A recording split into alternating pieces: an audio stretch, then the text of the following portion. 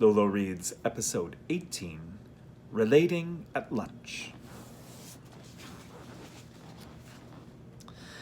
Back at the agency, Marianne was glossing her lips when Beecham approached on little cat feet. "Has the blue meanie gone to lunch yet?" "Oh, Beecham." She dropped the lip gloss into her wicker pocketbook. She had decoupaged with frogs and mushrooms. He left over an hour ago. I think he was upset about something. News? This was different. Maybe they asked him to be a wood nymph in the Grove play. What? Nothing. We've got a lunch date, remember? Oh, that's right. She had thought of nothing else all morning. At MacArthur Park, they both ordered salads. Marianne nibbled hers half-heartedly, put off slightly by the restaurant's caged birds and urban organic aloofness. Beecham sensed her discomfort. "You're freaked, aren't you?" How do you mean?" "You know, this, us." "Why do you say that?" You have to answer first." She killed time by hunting for a chunk of avocado. "It's new, I guess. Lunch with a married man." She nodded, avoiding his French racing blue eyes. "Could I have some iced water, Beecham?" He signaled for a waiter without shifting his gaze from her. "You shouldn't be nervous, you know. You're the one who's free. There's a lot to be said for that." "Free?" "Single." "Oh, yeah. Single people call all the shots." The waiter appeared. "The lady would like some ice water," said Beecham. He smiled at Marianne. "You don't mind being called a lady, do you?" She shook her head.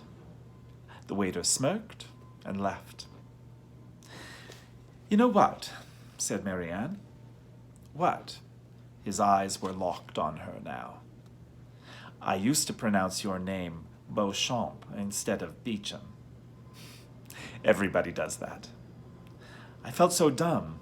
Mildred finally corrected me. It's English, isn't it?" He nodded. "My parents were shamelessly affected." "I think it's nice. You should have told me when I said it wrong." He shrugged. "Doesn't matter. I even said Greenwich Street when I first got here, and Girardelli, and blasphemy of all blasphemies. I called the cable cars trolleys." Marianne giggled. "I still do that. So big deal, fuck them, if they can't take a joke." She laughed, hoping that it would cover her embarrassment. "We're all babes in the woods," said Beecham, "at one point or another. Use it to your advantage. Innocence is very erotic." He picked up a crouton out of his salad and popped it in his mouth. "It is to me, at least." The waiter was back with her water. She thanked him and sipped at it, considering a new course for the conversation. Beecham beat her to it. "Have you ever met my wife?" Once at a softball game." "Oh, yeah? What did you think?" "She's very nice." His smile was wan. "Yes, very nice." "I read about you two a lot." "Yes, don't you?" She was squirming.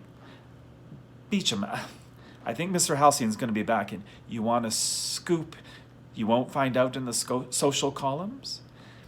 "I don't want to talk about your wife." "I don't blame you." She dabbed at her mouth with a napkin.